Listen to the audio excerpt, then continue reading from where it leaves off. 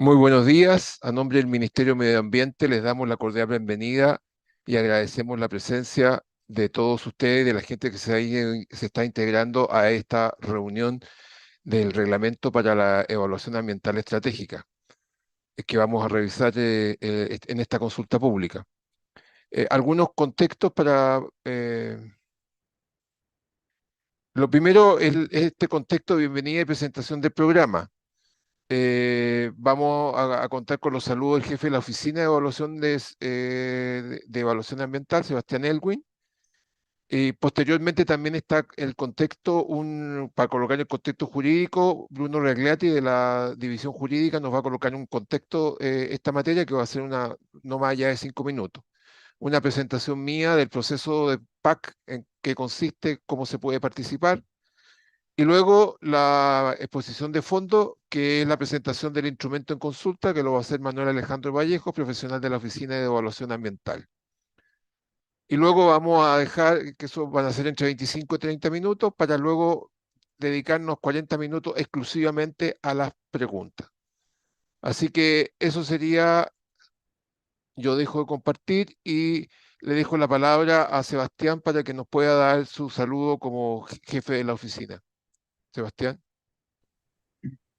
Muchas gracias, Germán. Saludar a todos y a todas que nos están viendo en este webinar. Nosotros estamos muy contentos como Ministerio del Medio Ambiente de poder proponerle a la ciudadanía una reforma al reglamento de la evaluación ambiental estratégica, este instrumento que se crea en nuestro país el año 2010, siguiendo las recomendaciones de muchas otras partes del mundo, en donde la orientación es que las consideraciones ambientales y el desarrollo sustentable sean incorporados a los diferentes instrumentos de políticas, planes y instrumentos de ordenamiento territorial que otros organismos del Estado tienen para planificar el desarrollo y la vida social, ambiental y cultural que tiene nuestro país.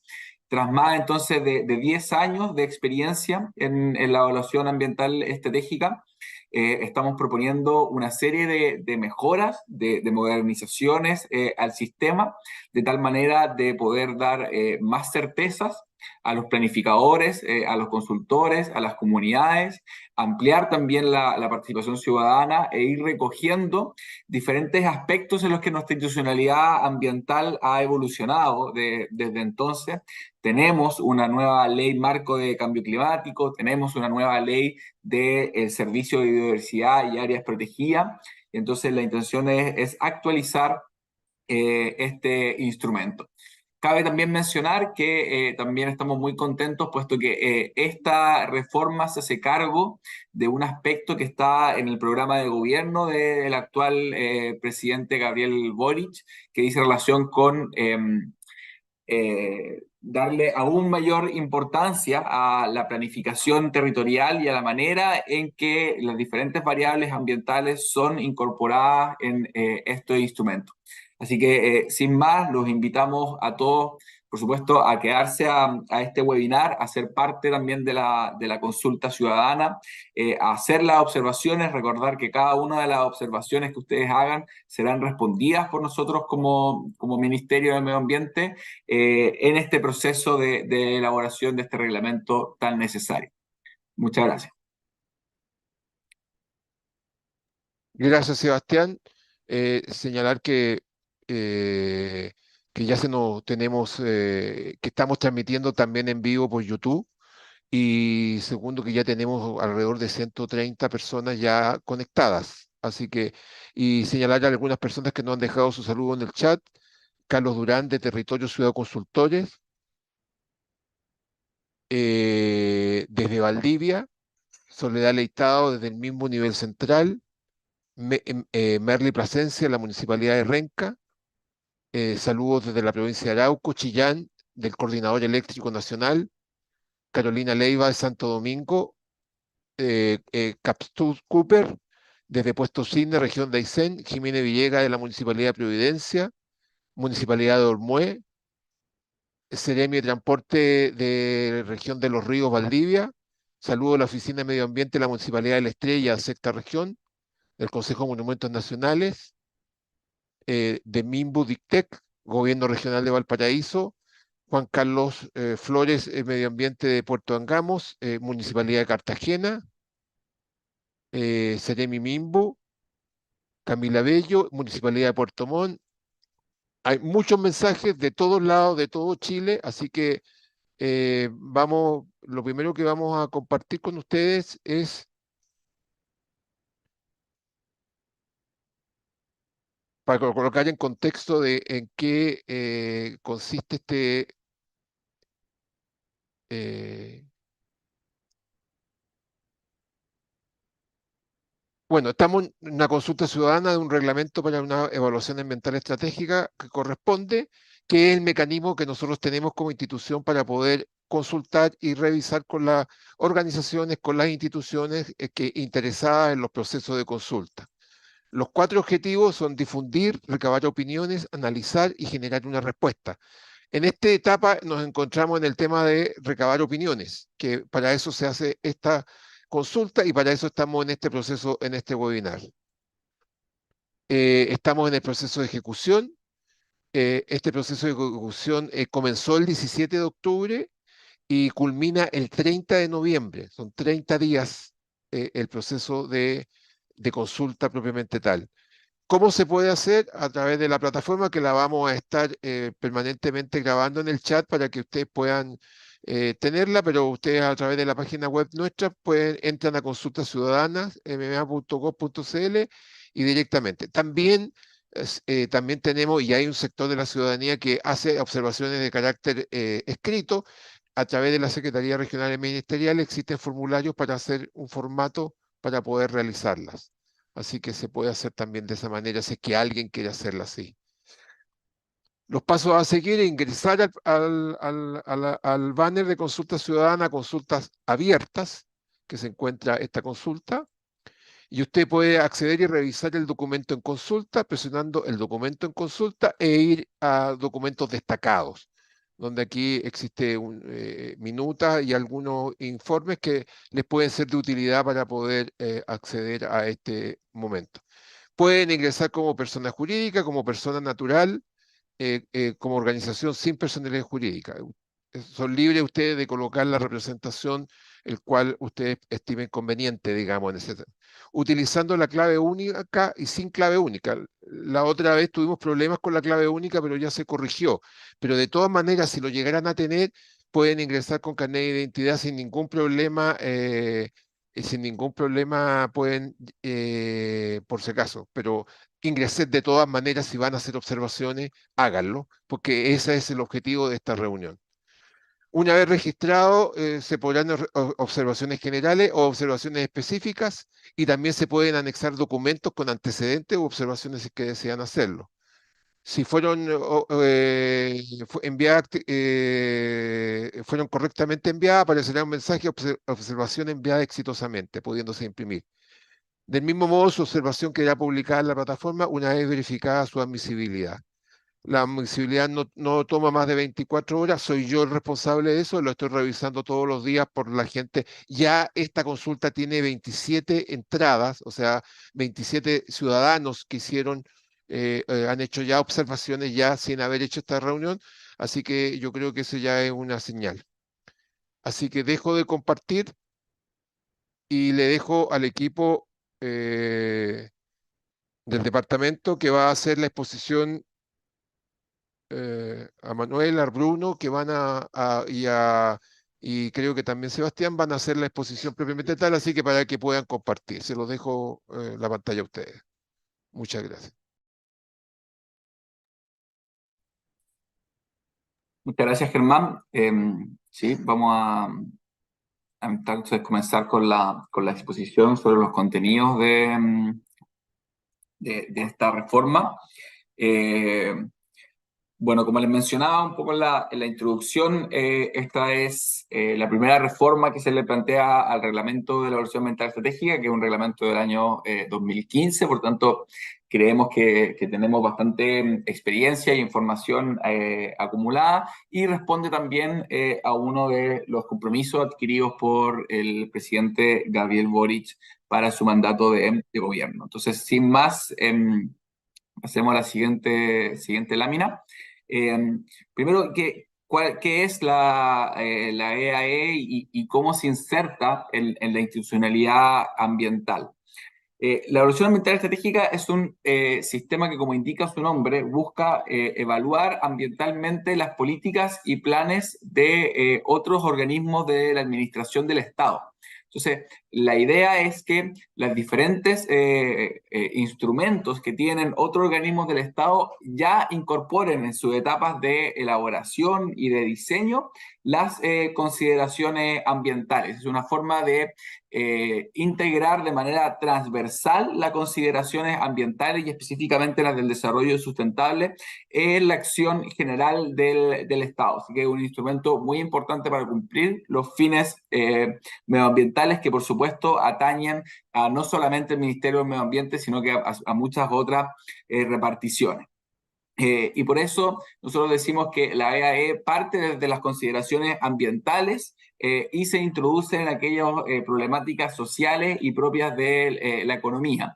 A diferencia de lo que hace otro instrumento de gestión ambiental muy importante para nosotros, que es el sistema de evaluación de impacto ambiental, que ya es un sistema de evaluación de proyectos de inversión específico. Entonces, si la evaluación ambiental va desde lo más general a lo particular, el SEIA va desde lo más particular de lo que es un proyecto a lo más general.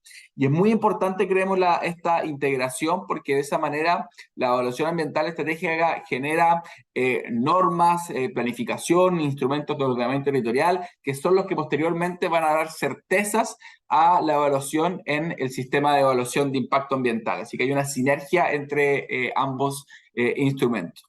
Respecto al enfoque metodológico de la EAE, siempre hay que pensar que la evaluación ambiental es estratégica más que una finalidad, un objetivo concreto. Lo que busca es que se aplique una determinada metodológica, determinada forma de pensar al momento de elaborar y aprobar un plan o política, considerando además que en nuestro país muchas políticas e instrumentos no tienen procedimientos metodológicos para crearse. La EAE cumple un rol fundamental ahí también de ser un acompañamiento en la elaboración de estos instrumentos del Estado.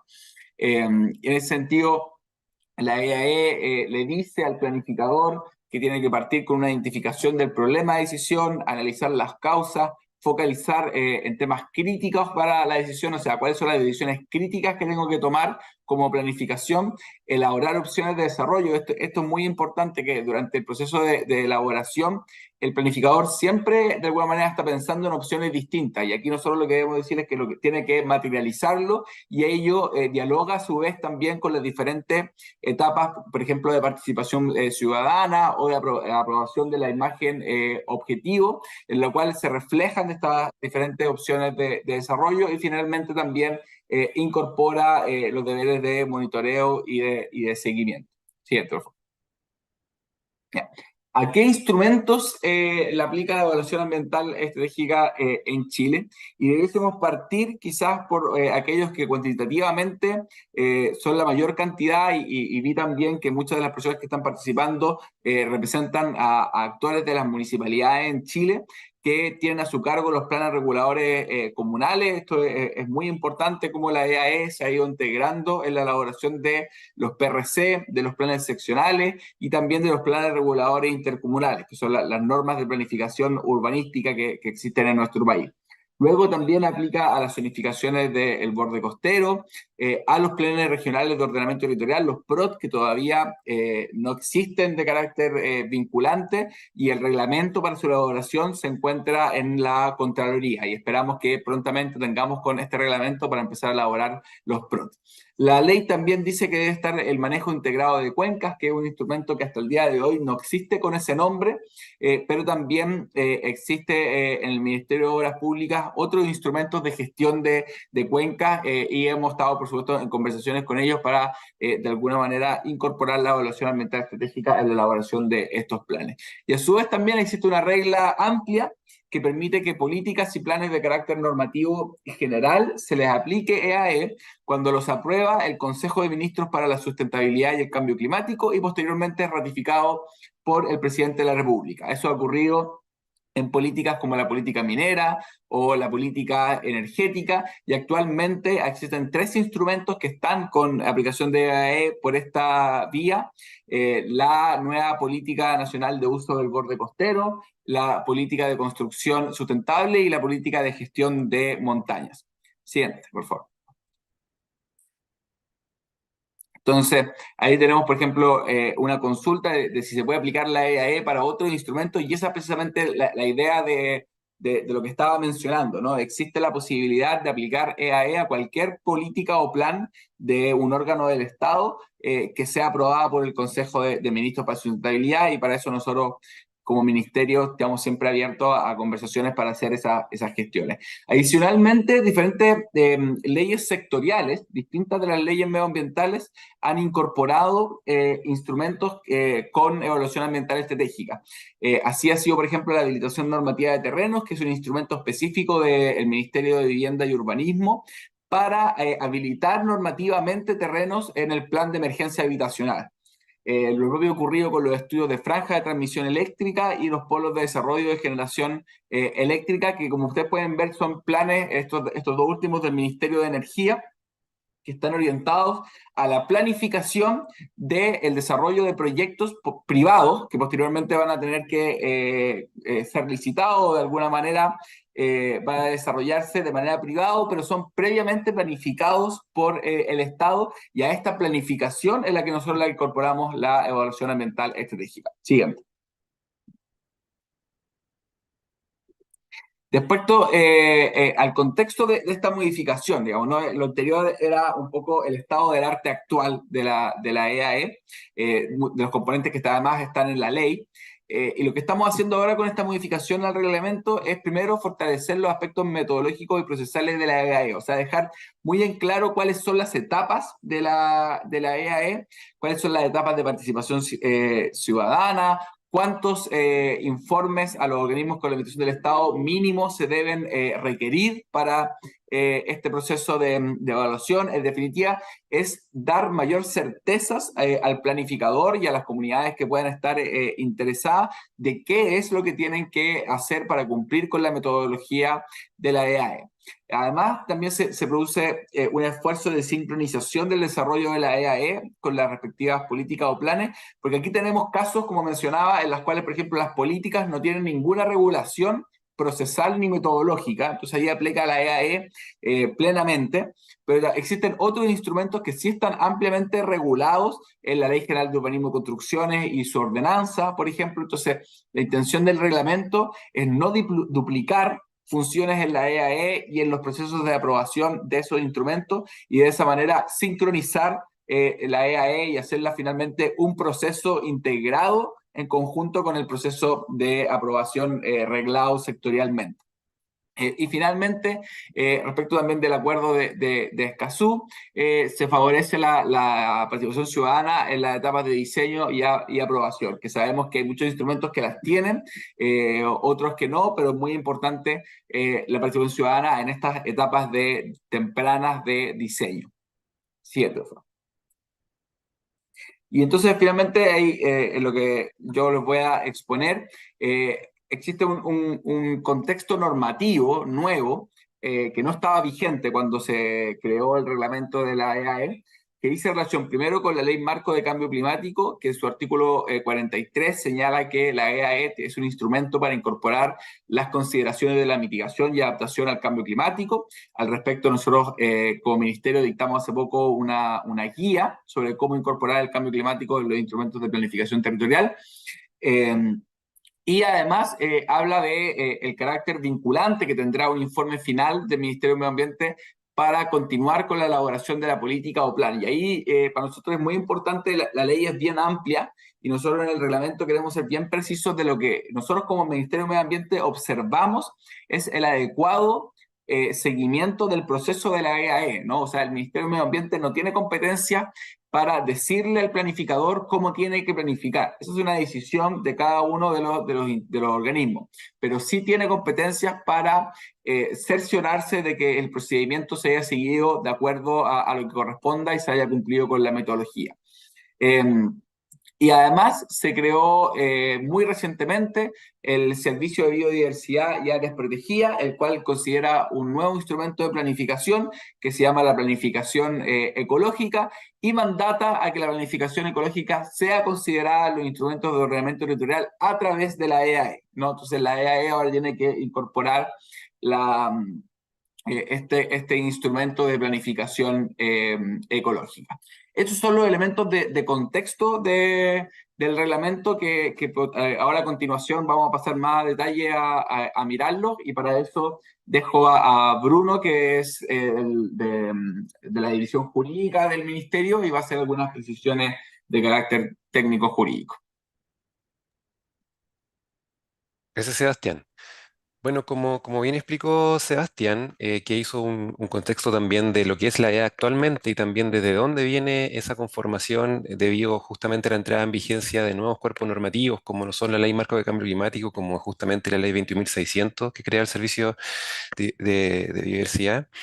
Eh, También es importante tener un contexto normativo desde donde viene anteriormente la evaluación de justamente de los instrumentos de planificación territorial que sabemos que se refiere a los planes. Ahí como también como contexto, la experiencia comparada, lo que se separa o un poco lo que marca la separación de instrumentos entre EAE, es decir, evaluación ambiental estratégica, y también el sistema de evaluación de impacto ambiental o cualquier instrumento que se dedique a evaluar impactos ambientales justamente son las políticas, planes y programas. En el caso de Chile, nosotros en el artículo 7 bis justamente nos mandata a través de la evaluación ambiental estratégica a evaluar políticas y planes. Dentro de estos planes sabemos que están los instrumentos de planificación territorial.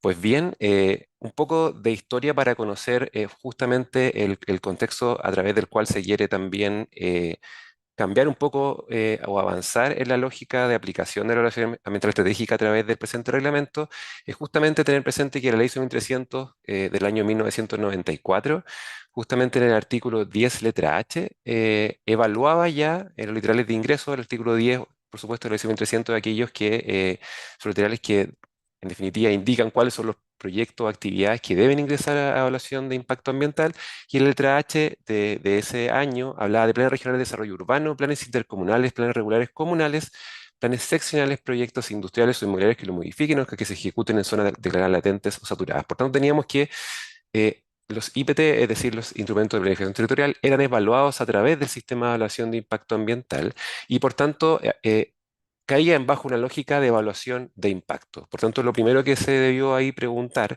es si era correcto o no que a través de un instrumento que medía impacto se evaluasen estos IPT, que por supuesto dicen más relación con un proceso en el cual se quiere influir con las variables ambientales, pero en un proceso de decisión, de toma de decisión y no más bien de impacto. Entonces aquí lo que sucedía es que la Comisión Nacional del Medio Ambiente, como actualmente lo hace el Servicio de Evaluación Ambiental, administraba este sistema de evaluación de impacto ambiental y por supuesto las observaciones que realizaba la comisión, que era más bien una, como sabemos, una comisión coordinadora, eran de carácter vinculante las observaciones y por tanto tenían ese rol y por tanto ese peso en el marco de los instrumentos de planificación territorial. Desde el año 94 hasta aproximadamente el año 2012, es decir, cuando entró en vigencia la 20.417, se evaluaron 920 instrumentos de planificación territorial, de los cuales 693 fueron aprobados y 26 rechazados y otros cuantos que quedaron en distinta posición, dado que pueden haber sido desistidos, abandonados, etcétera. Lo importante considerar acá es que nosotros pasamos, en definitiva, de un modelo que establecía la ley de 19.300, en el cual se evaluaba impactos por un lado, y además que dice relación más bien con el instrumento y cuál es el nivel en el que yo quiero tomar esa toma de decisión, y por otro lado también que las observaciones que realizaba la Comisión Nacional del Medio Ambiente, conocida como CONAMA en su momento, eran con carácter vinculante. Después, justamente, el 2000 El 2012 pasamos a la 20.417, ley por la cual justamente se creó el Ministerio del Medio Ambiente, se creó el Servicio de Evaluación Ambiental y de Superintendencia del Medio Ambiente y también se introdujo justamente esta modificación a través del actual artículo 7 bis, por el cual se someten entonces a evaluación ambiental estratégica las políticas y planes de carácter normativo general y por tanto los instrumentos de planificación territorial se someten a este nuevo instrumento. Este nuevo instrumento tiene ciertas características procedimentales que son muy distintas a un procedimiento como el de CIA, es decir, el Sistema de Evaluación de Impacto Ambiental, ya que es un procedimiento que está a cargo del mismo órgano responsable y en el cual el Ministerio del Medio Ambiente, a través de sus CEREMIS, realizan observaciones a este. Es decir, pasamos de un modelo en el cual, por un lado, se medía impacto, lo que yo quiero evaluar es impacto, y a otro modelo en el cual lo que se quiere hacer es influir en un proceso de toma de decisión. Es decir, que es anterior, como señalaba muy bien Sebastián, a poder evaluar un impacto en un territorio específico y donde las opciones de desarrollo, por supuesto, y las alternativas de desarrollo ya están más bien determinadas. Es decir, la posibilidad de influir que se tiene en la evaluación de un proyecto, más bien cae bajo la lógica de depurar o de aplicación de normativa ambiental aplicable y que se cumpla aquella, y acá obviamente cae más bajo la lógica del proceso de decisión. Pero también lo que se cambió fue que justamente no existen estas observaciones de carácter vinculante por parte del Ministerio del Medio Ambiente, eh, sino más bien un acompañamiento y observaciones a un instrumento y a un procedimiento que cae más bien en justamente el órgano responsable. Es decir, el mismo órgano que lleva un procedimiento es el cual a su vez lleva este procedimiento de evaluación ambiental estratégica. Es decir, el que la municipalidad respectiva que va a llevar un plan regulador comunal va a llevar también, va a actuar como instructor de este procedimiento y eso eh, nos parecía importante también dejarlo en contexto para también las modificaciones que obviamente se quieren realizar en la presente revisión del actual reglamento de la evaluación ambiental estratégica. Y sin más, los dejo con Manuel, que obviamente va a entrar ya de lleno en cuáles son las modificaciones y cuál es la estructura que va a tener este nuevo reglamento. Gracias, Bruno. En relación a la propuesta que les queremos presentar y que está hoy día en consulta, bueno, es el reglamento, el nuevo reglamento para la EAE busca actualizar la normativa vigente.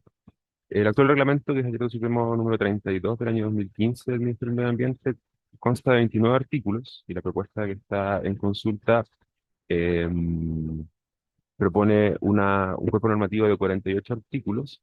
En términos de títulos y párrafos, mantiene la misma estructura, pasando de un título primero de disposiciones generales, un título segundo que describe el procedimiento de AE, y los distintos párrafos que dan cuenta de tanto normas generales, etapa de diseño, etapa de aprobación, modificaciones sustanciales. Y esta propuesta además agrega un párrafo quinto que refiere a una propuesta de procedimiento simplificado que se podría desarrollar en ciertas circunstancias, que además son descritas en el reglamento y que vamos a revisar en las láminas que siguen. En relación a, solo como contexto, las etapas del proceso de consulta, algo mencionó Germán al inicio, la consulta va a estar abierta hasta el día 30 de noviembre. Nuestra expectativa es que entre diciembre y febrero del 2020, diciembre del 2023 y febrero del 2024 podamos hacer sistematización de las observaciones, también dar respuesta y difundir las respuestas a observaciones, de forma tal de que entre marzo y abril del próximo año poder lograr la aprobación por parte del Consejo de Ministros para la Sustentabilidad del Cambio Climático y luego ingresar a la Contraloría y, bueno, hacer la revisión que hace el órgano controlador. Sobre los artículos del reglamento, que nos parece importante destacar en esta instancia de participación pública con este webinar. El primero es el artículo séptimo, que precisa qué se debe entender por incorporación de las consideraciones ambientales del desarrollo sustentable relativas al cambio climático. Eso en el marco justamente de las modificaciones introducidas en la ley 19.300, en particular el artículo séptimo bis, y también el artículo 43 de la Ley Marco de Cambio Climático respecto justamente a adaptación y mitigación. ¿Qué hace este artículo? Señala, describe a grandes rasgos qué se debe entender por incorporación de la adaptación al cambio climático y de la mitigación. En el caso de la adaptación, refiere a esta incorporación de disposiciones tendientes a gestionar riesgos vinculados al cambio climático y con ello evitar o disminuir los efectos adversos, todo siempre en el marco de las disposiciones que tienen los instrumentos para realizar estas gestiones y en cada escala territorial. Y para el caso de la mitigación al cambio climático, señala el reglamento que se deben incorporar disposiciones tendientes a disminuir las emisiones y a capturar los gases de efecto invernadero, incluyendo entre ellos la restauración de sumideros de carbono, de fluctuantes climáticos, por ejemplo, humedales, bosques nativos, en fin.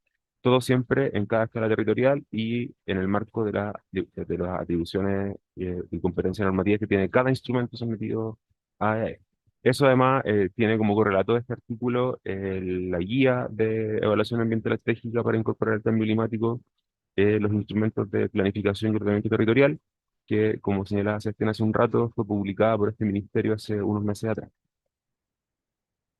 También otro artículo relevante es el artículo 9, que describe de manera taxativa qué se entiende por el procedimiento y cuáles son los plazos de la evaluación.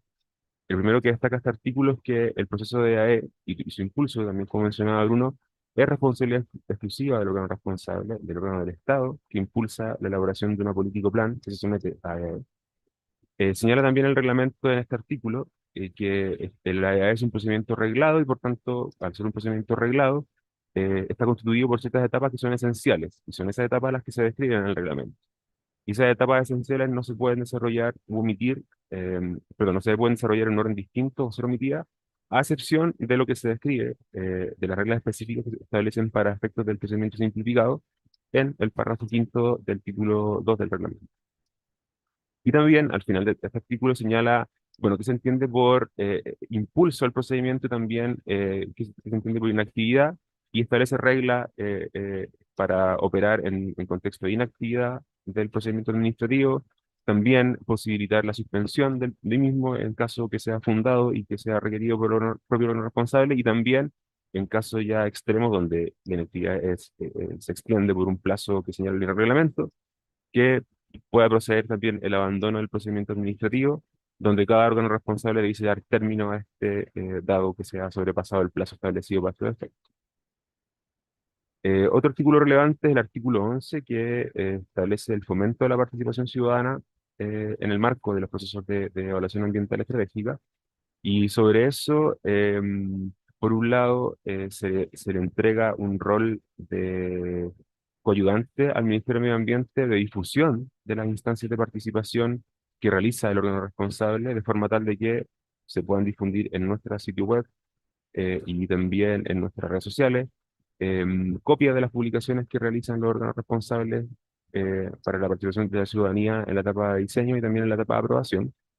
Y también, entre otros aspectos respecto al fomento, se incorporan nuevos mecanismos de fomento de la participación que se señalan en el reglamento tanto para la etapa de diseño como la etapa de aprobación, que corresponde a una difusión radial de la evaluación ambiental estratégica en la instancia que se encuentra, y también al desarrollo de al menos una audiencia pública.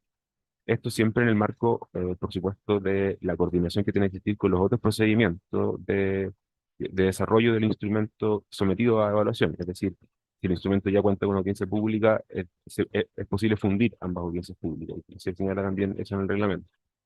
Y bueno, en relación al artículo 36, que también refiere a este fomento de la participación, también se incorpora para efectos del anteproyecto y del informe ambiental la necesidad de difundir en un medio de radiodifusión y realizar también una audiencia pública respecto del anteproyecto y del informe ambiental.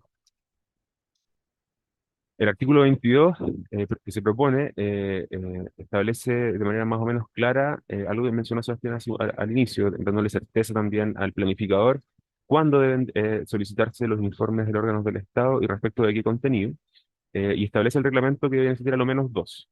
Un primer informe que considera todos los elementos asociados a la evaluación ambiental estratégica hasta la formulación de los factores críticos de decisión, y un segundo informe en instancias posteriores al desarrollo de la evaluación ambiental estratégica de la etapa de diseño, que considera desde el diagnóstico ambiental estratégico hasta la evaluación de los efectos ambientales de las distintas alternativas u opciones de desarrollo.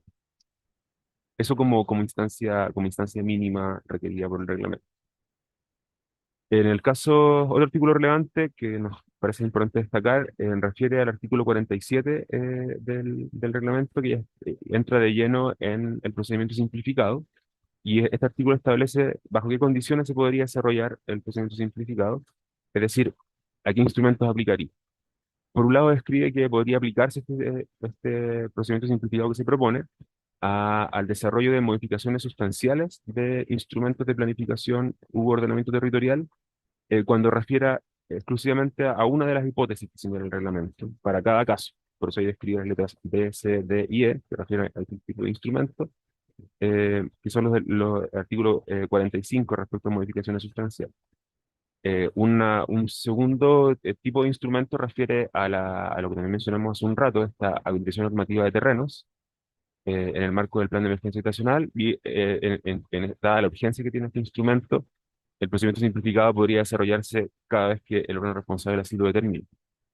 También se incorporan reglas para el desarrollo del procedimiento simplificado que sea posible, si bien instruido así por el órgano responsable, para los polos de desarrollo y generación eléctrica y para las franjas preliminares de transmisión eléctrica, cuando en ambos casos el área preliminar del estudio mismo se circunscriba a un máximo de 2 comunas. En esos casos podría también desarrollarse el procedimiento simplificado. ¿En qué consta el procedimiento simplificado? Que son las características que señalan en el artículo 48. Lo primero es que faculta al órgano responsable a reducir los plazos de las distintas instancias del procedimiento hasta la mitad de los mismos, con la excepción de aquellos que refieren a la participación de la ciudadanía, porque la idea es que no se reste la posibilidad de que la ciudadanía igualmente participe, de que también no se requiera un informe de avance del procedimiento de AE, que es una instancia nueva que se incorpora en la etapa de diseño del instrumento, y también que se pueda desarrollar de manera simultánea la participación ciudadana en la etapa de diseño y el primer informe del órgano del Estado, y finalmente también poder desarrollar de manera simultánea los factores críticos de decisión y el diagnóstico ambiental estratégico de la EA, que además aparecen de manera diferenciada en la propuesta reglamentaria. En torno a las modificaciones sustanciales, el reglamento también propone agregar nuevas precisiones respecto a modificaciones sustanciales, es decir, nuevas hipótesis para el caso de los instrumentos que deban aplicarlo. Incorpora qué se debe entender por modificaciones sustanciales para aquellas políticas y planes de carácter normativo general que aplican EAE por decisión del presidente de la República a proposición del Consejo de Ministros para la Sustentabilidad.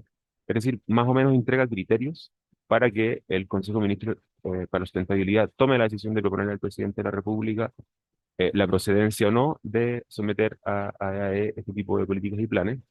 Y refiere básicamente a modificaciones de objetivo, lineamiento, motivadas por políticas ambientales y sustentabilidad emergentes que puedan incorporarse, entre ellas, no sé, pensamos en todas las políticas asociadas a cambio climático que se están elaborando, y también a aquellas modificaciones al instrumento que sean tendientes a incorporar aspectos ambientales, sociodemográficos, o de fomento productivo, innovación tecnológica, que sean emergentes también, que sea importante incorporar. Esto, insistimos, esto es como un criterio que se le entrega tanto al órgano responsable de la política o plan como al Consejo de Ministros para entender en qué casos podría entenderse como sustancial la modificación que se esté proponiendo. También incorpora reglas y criterios específicos en términos de hipótesis para entender modificaciones sustanciales de planes regionales de ordenamiento territorial. Esto en la lógica de lo que señala además la propia ley de gobiernos regionales, que describe a grandes rasgos cómo se entiende este Plan Regional de Ordenamiento Territorial, y básicamente refiere a modificación de los límites de la región, modificación de la estrategia regional de desarrollo, que se altera el lineamiento estratégico o macrozonas del Plan Regional de Ordenamiento Territorial, o que se alteren las condiciones de localización que establece el plan. Pensando justamente en este PROT o Plan Regional de Ordenamiento Territorial 2.0, descrito por la Ley de Gobierno Regional. Y también se incorporan nuevas hipótesis asociadas a los instrumentos de planificación territorial más de corte urbanístico, incorporando hipótesis asociadas a densidad máxima y densidad promedio para el caso de los planes reguladores intercomunales y metropolitanos, y también la incorporación de territorios con uso de suelo de infraestructura actividad productiva en zonas o subzonas que sean inmediatamente adyacentes a áreas de protección de recursos de valor natural o patrimonio cultural. Básicamente para que en esos casos, donde se incorpora ese tipo de uso de suelo, se analice los eventuales efectos que podría tener esta modificación respecto al recurso que está siendo protegido, tanto de lo natural como patrimonio cultural. Y ahí, en términos naturales pensamos, por ejemplo, en los humedales urbanos o en las centros de la naturaleza. Y también se incorporan, para el caso de los planes reguladores comunales y seccionales, también tres hipótesis nuevas respecto a modificaciones sustanciales. Una que refiere a la subdivisión, a la superficie de subdivisión predial mínima, con su parámetro respectivo. Esto es siempre la lógica de la atomización predial y los efectos que podría tener esto respecto al contexto natural. También a la incorporación de usos de suelo residenciales, de infraestructura y actividad productiva en zonas o subzonas inmediatamente adyacentes a áreas de protección de recursos de valor natural, operando la misma lógica que para el caso de la hipótesis incorporada para planes reguladores intercomunales y metropolitanos. Y también se propone incorporar que cada vez que se regule por primera vez, cualquiera de las normas urbanísticas que se indican en ese literal del artículo correspondiente a modificaciones sustanciales, se entienda como sustancial. Hay casos donde instrumentos de planificación territorial de nivel comunal son muy antiguos y, por ejemplo, no tienen regulada la norma de altura. Bueno, cuando se quiere incorporar la norma de altura, que aparece dentro de las hipótesis, se debe entender como sustancial y eso procedería a la aplicación de una evaluación ambiental estratégica, bajo la propuesta que estamos poniendo en consulta. En términos de principales definiciones, aquí no nos vamos a detener, ustedes podrán leer detalladamente la propuesta contenida en la resolución exenta.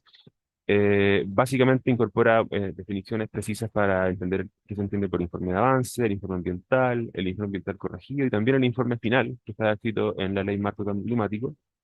Y también, entre otras definiciones y ajustes que se hicieron, incorporamos ajustes asociados a indicadores de seguimiento, indicadores de cumplimiento, y también incorporamos las medidas de gestión, de gobernabilidad y planificación, que ya las veníamos trabajando, estaban contenidas tanto en el reglamento vigente de manera general, como de manera detallada en la guía de orientación para el uso de la IA en Chile, que es la guía vigente hasta la actualidad. Bueno, finalmente, solo para finalizar esta instancia del webinar, les queremos mostrar el flujo del procedimiento de evaluación ambiental estratégica, cómo estamos imaginando que se debe entender el desarrollo tanto de la etapa de diseño como la etapa de aprobación de la política plan y que se somete a EAE. Y también una propuesta de flujo de procedimiento, de procedimiento simplificado, que también se está incorporando y que revisamos hace un rato. Si vamos a la etapa de diseño, la propuesta reglamentaria, bueno, mantiene el acto de inicio del proceso de EAE. Ese acto de inicio es observado por medio ambiente para luego ser difundido, dando plazos tanto para la difusión como para las observaciones que hace medio ambiente, el Ministerio del Medio Ambiente o la Seremi respectiva en su caso. Y luego de eso se desencadena la primera instancia de participación ciudadana en la etapa de diseño. Aquí se destaca en negrita la audiencia pública y la radiodifusión como mecanismos nuevos de difusión y los 30 días de observaciones que tiene la ciudadanía para emitir aporte al proceso. Luego de eso se desarrollan y formulan los factores críticos de decisión y se requiere el primer informe del órgano del Estado. Cada uno de estos elementos con sus plazos de desarrollo. Luego del primer informe se elabora el diagnóstico ambiental estratégico y se formula el informe de avance del procedimiento, que aquí se destaca con un asterisco porque es una instancia nueva, que nos parece relevante incorporar dadas las certezas que le dicen entregar al planificador ya en estas instancias intermedias de desarrollo del instrumento. Ese informe, la idea es que sea observado y orientado por parte del medio ambiente y luego de eso se formulan las opciones de desarrollo y los efectos ambientales y se requiere un segundo informe del órgano del Estado incorporando tanto el diagnóstico ambiental estratégico, las opciones de desarrollo como los efectos ambientales, cada una de estas instancias con sus plazos de emisión de los informes. Luego, el reglamento incorpora un artículo, una regla que es aplicable solamente a aquellos instrumentos que, por su normativa y legislación, deben elaborar una imagen objetivo, es decir, la idea es que se sincronice el desarrollo de la evaluación ambiental estratégica con el de esta imagen objetivo.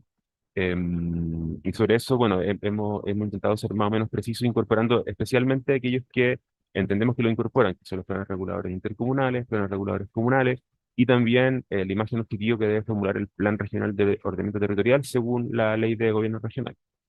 Finalmente, luego de esta instancia de formulación de imagen objetivo, se elaboran las medidas e indicadores ya en la instancia de seguimiento de la etapa de diseño. En la etapa de aprobación del procedimiento completo, por así decirlo, se formula y se elabora el anteproyecto, se ingresa ese anteproyecto y el informe ambiental del proceso de AE al Ministerio del Medio Ambiente para sus observaciones. Luego de eso, nosotros, la propuesta reglamentaria lo que hace es suprimir el informe ambiental complementario. En la práctica, dado el desarrollo que ha tenido la implementación del reglamento vigente, ese informe ambiental complementario no ha tenido los efectos que se esperaban respecto a la corrección de los antecedentes. Y por eso lo que se propone en este nuevo reglamento es que tanto el anteproyecto como su informe ambiental y las observaciones del Ministerio del Medio Ambiente se dispongan en consulta pública.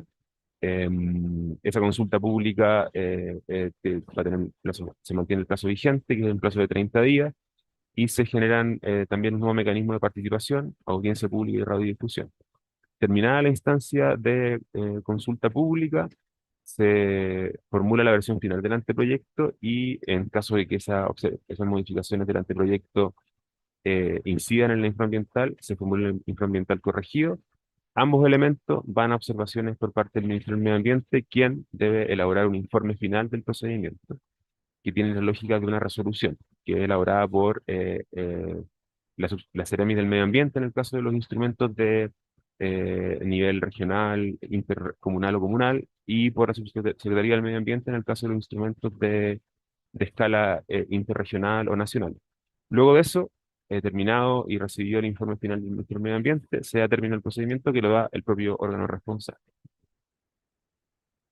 En relación al procedimiento simplificado, bueno, es básicamente cumplir con las mismas reglas, pero considerando estas características y condiciones que están posibilitadas por el reglamento, en la propuesta que estamos poniendo en consulta.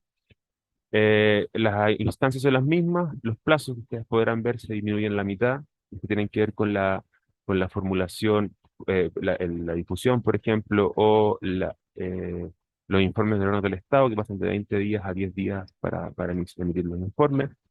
Se establece de manera como precisa la posibilidad de desarrollar de manera simultánea los factores críticos de decisión y el diagnóstico ambiental estratégico. Se elimina es posible suprimir este informe de avance por parte del órgano responsable en esta instancia, puede prescindir de él en caso de que así se requiera. Y bueno, y aplicarían las mismas reglas para las instancias posteriores, debiendo cumplir con los distintos hitos del procedimiento. Y en el caso de la etapa de aprobación, nuevamente las mismas reglas, ante el proyecto ambiental que va a observaciones por parte de la Seremi o de la subsecretaría, quien debe formular observaciones en la mitad del plazo que establece el reglamento. Anteproyecto, informe ambiental y observaciones van a la consulta pública que se realiza en el marco de este reglamento. Operan los mismos mecanismos de difusión que adicionalmente se incorpora esta audiencia pública y la radiodifusión. Se formula la versión final del anteproyecto, eventualmente un nuevo informe ambiental que se denomina corregido, y todos esos elementos van a la formulación del informe final que realiza el Ministerio del Medio Ambiente, tiene un plazo hasta de 10 días para dictarlo, para finalmente formularse el término del procedimiento. Solo como idea final, antes de cerrar esta presentación en esta instancia, señalar que hemos querido ser bien precisos en torno a esto del informe final, y el reglamento establece que este informe final debe ser favorable para permitir la aprobación o la posterior tramitación que tienen los instrumentos de planificación y ordenamiento territorial, dado lo que señala el artículo 43 de la Ley Marco Cambio Climático, pero que este informe final es indicativo para los otros instrumentos que no son de ordenamiento y planificación territorial. Eso por un lado.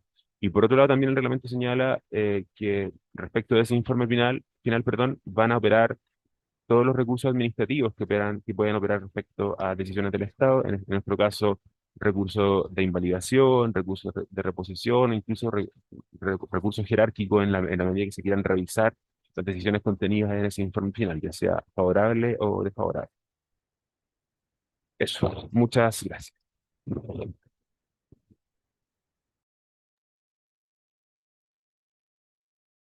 Muchas gracias, Manuel. Muy importante.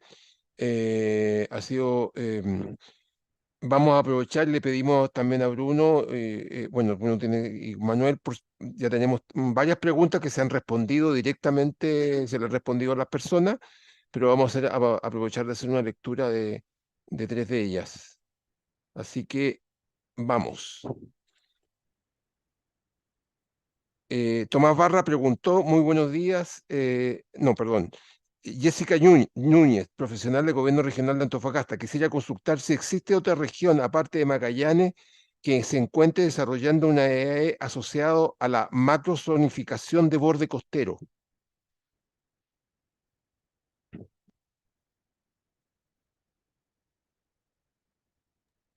Germán, sí, en términos de procedimientos administrativos de AE, se encuentran abiertos de zonificación, es decir, que hayan sido iniciados.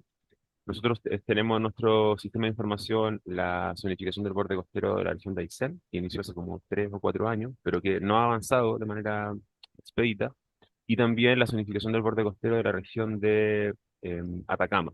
Esas son las que sabemos que están en proceso de elaboración. Igualmente, quien maneja esto con mayor detalle es el órgano del Estado sectorial competente, que es el Ministerio de Defensa Nacional, y por supuesto cada uno de los gobiernos regionales que tiene la competencia de elaboración y aprobación de estos instrumentos.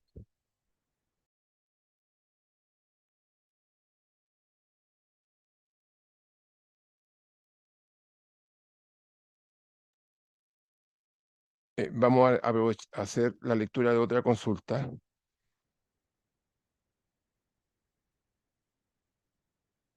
Eh, Francisco Bretón señala, el nuevo artículo 2113 incorpora la letra K, reconocer áreas de protección de recursos de valor natural y patrimonial cultural, incluyendo las normas urbanísticas, conforme al artículo 2118 de esta ordenanza. Para estas normas que se incorpora, ¿sería aplicable la EAE? Ya, buena pregunta. Sí, aquí la decisión que se ha tomado es operar como regla de aquellas modificaciones que se señalan en la ordenanza general como que se pueden ser elaboradas mediante enmienda, entre ellas la incorporación de los humedales urbanos o del área de protección de recursos naturales, como modificación vía enmienda que no opere la modificación sustancial y por tanto que no aplique la evaluación ambiental protegida. Esto además por la premura que tiene en el caso de humedales urbanos, por ejemplo, la premura que tiene la necesidad de que se incorporen en el plan regulador y que esas normas que se incorporen sean consistentes con la protección, porque de lo contrario lo que opera es el plan regulador vigente y operan las normas vigentes. Por eso no hay una norma expresa, una hipótesis específica de que para estos humedales urbanos, estas áreas de protección de recursos de valor natural y patrimonial cultural, se incorpore la evaluación ambiental estratégica. Lo que se está incorporando como modificación sustancial es cuando se incorporan ciertos usos del suelo que podrían ser intensivos en zonas subzonas adyacentes a estas áreas de protección de recursos de valor natural y patrimonial cultural, que son las nuevas hipótesis que mencionamos hace un rato. Gracias, Manuel. Otra pregunta de don Carlos Durán. Al comprobar que no habrá modificaciones sustanciales al IPT en la fase de diseño, ¿se suspende la EAE, ya que no correspondería someterle?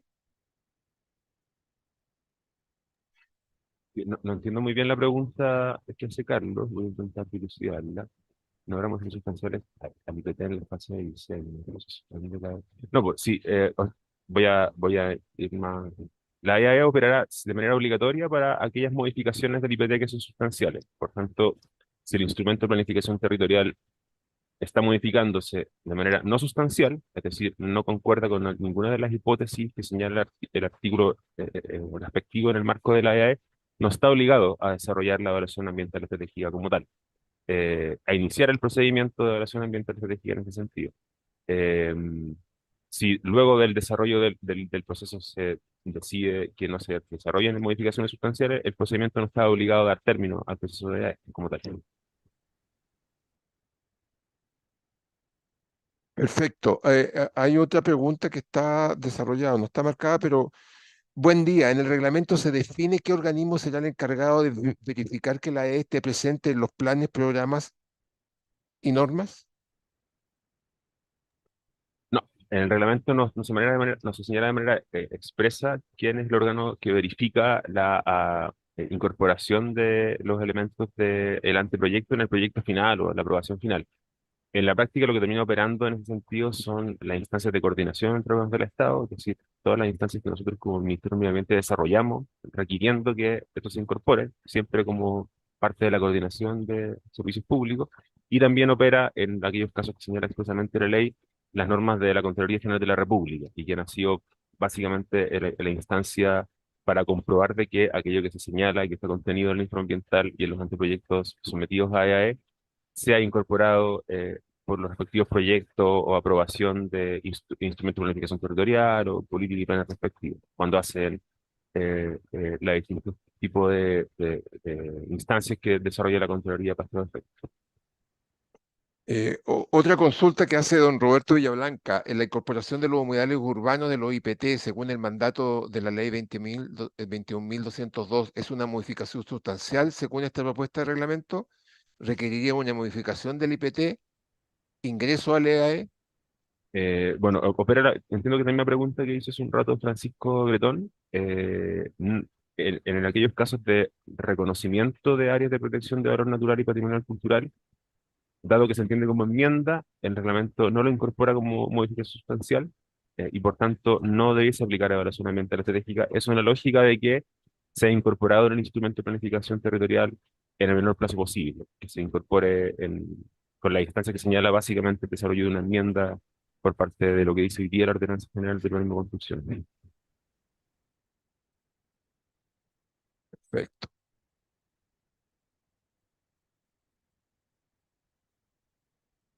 Bueno, eh, habíamos señalado, existía la posibilidad que nos vamos a dedicar un par de minutos a responder algunas preguntas al aire. Les pedimos por favor que yo les voy a otorgar la palabra para que le puedan hacer la consulta y poder hablar. Primero estás habilitado Andrés Osandón.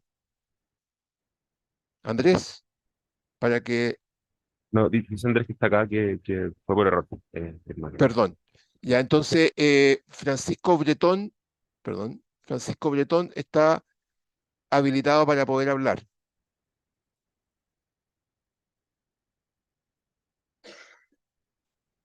Francisco,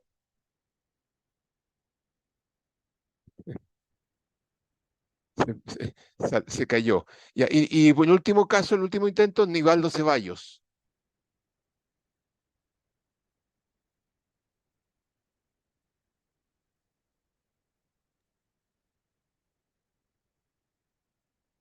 Nivaldo, estás con tu micrófono abierto. Nivaldo, Sí, hola, muy buenas tardes, muy buenos días. realiza tu Buenos días. consulta. Buenos días. Bueno, muy buenos días. Quisiera hacer la consulta referente a que si estos procesos que se están llevando a cabo también tienen la pertinencia para hacer las consultas indígenas a los pueblos que se pueden ver afectados o vulnerados sus derechos a través de los convenios internacionales, ya que nosotros somos de la región de Tarapacá y hemos hecho muchas observaciones negativas a los proyectos porque efectivamente no se están cumpliendo los convenios internacionales. En este caso, toda modificación o alteración de una ley o posible afectación se está considerando la consulta a los pueblos indígenas, especialmente nosotros del norte, donde tenemos mucha extracción y proyectos mineros donde están afectando flora, fauna y recursos naturales. Muchas gracias. Gracias, no, gracias, Nivaldo. No sé quién pues hace.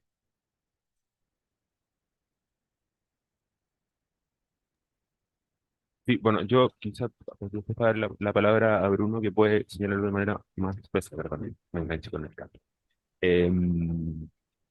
Bueno, en el caso de los procesos de EAE o el sometimiento a EAE que realizan las políticas y planes, eso no obsta que los instrumentos respectivos deban dar cumplimiento a la legislación aplicable. En el caso de lo que señala Nivaldo hace un rato, en el caso de que la elaboración de el plan regulador comunal, intercomunal o una política respectiva proceda a la consulta indígena, eso debe aplicar porque es legislación aplicable en Chile y en caso de dudas, bueno, se puede consultar también a la Secretaría de Servicios Sociales. No son excluyentes la elaboración de una evaluación ambiental estratégica con el desarrollo de un proceso de consulta indígena, como lo establece el decreto 66 del año 2013 del Ministerio de Desarrollo Social.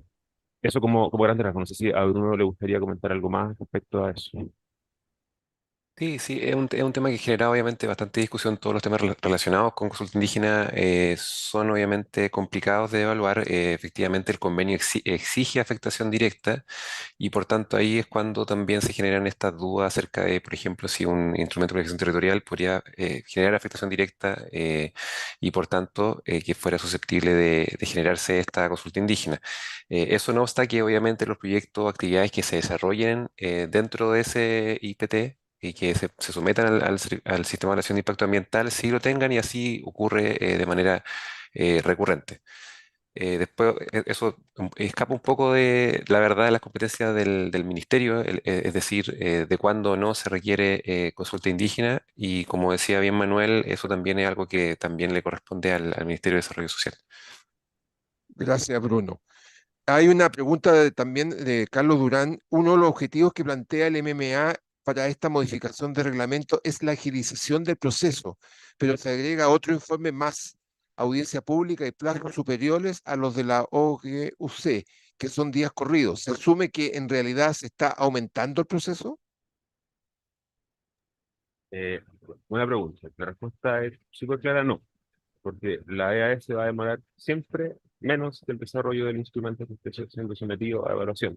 Por tanto, siempre hay que entender estos plazos como imbricados, y por eso es importante el desarrollo de esta sincronización inicial que se requiere en las instancias de inicio del proceso de AE, que el desarrollo de las eventuales consultorías que se quieran contratar por parte de los responsables considere adecuadamente un equipo de trabajo para el desarrollo de la EAE y que la EAE opere, por supuesto, inicie cuando el instrumento está recién iniciando, no se elabore ya cuando hay un instrumento ya prácticamente para aprobarse.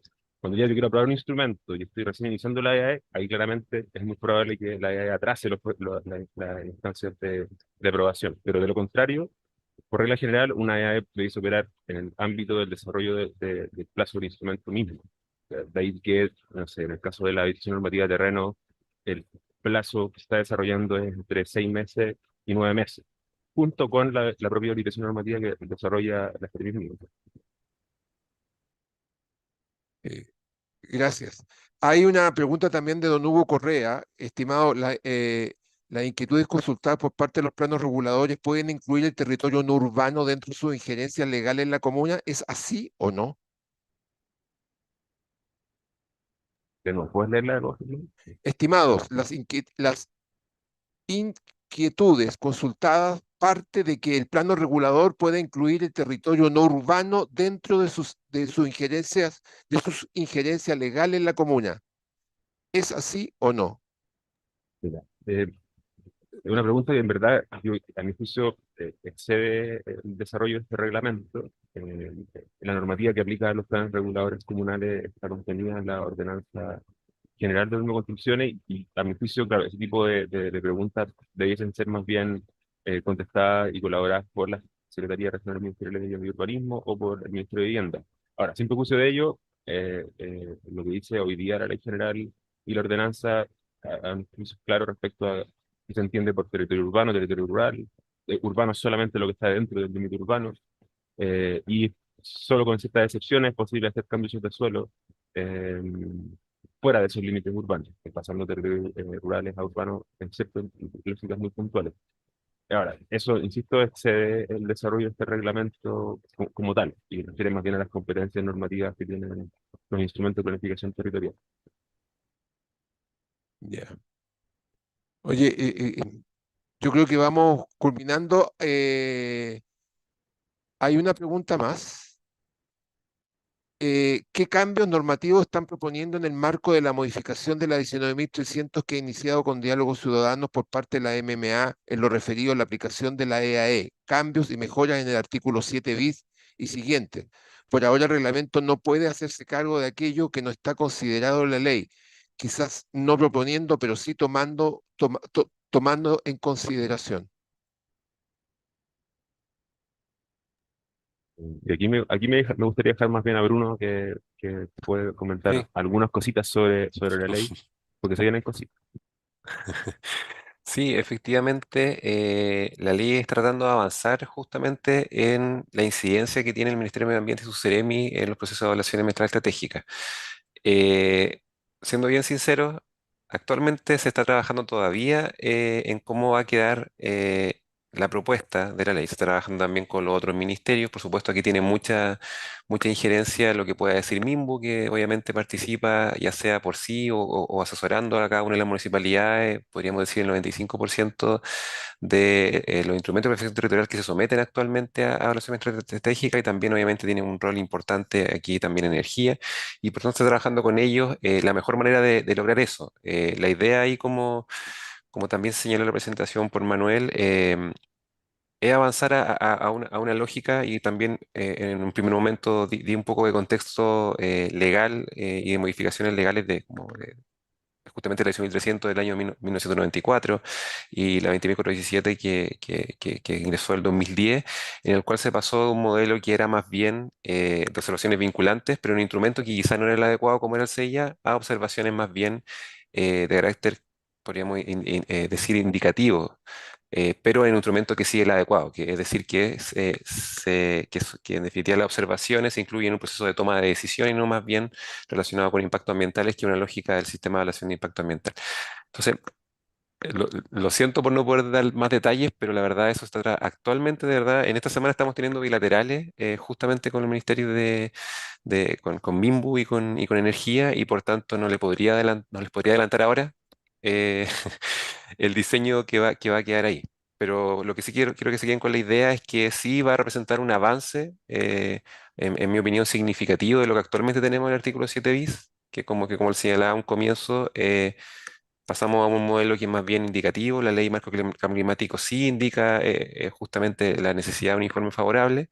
Entonces, la idea es buscar un diseño que se asemeje quizá un poco más a aquello.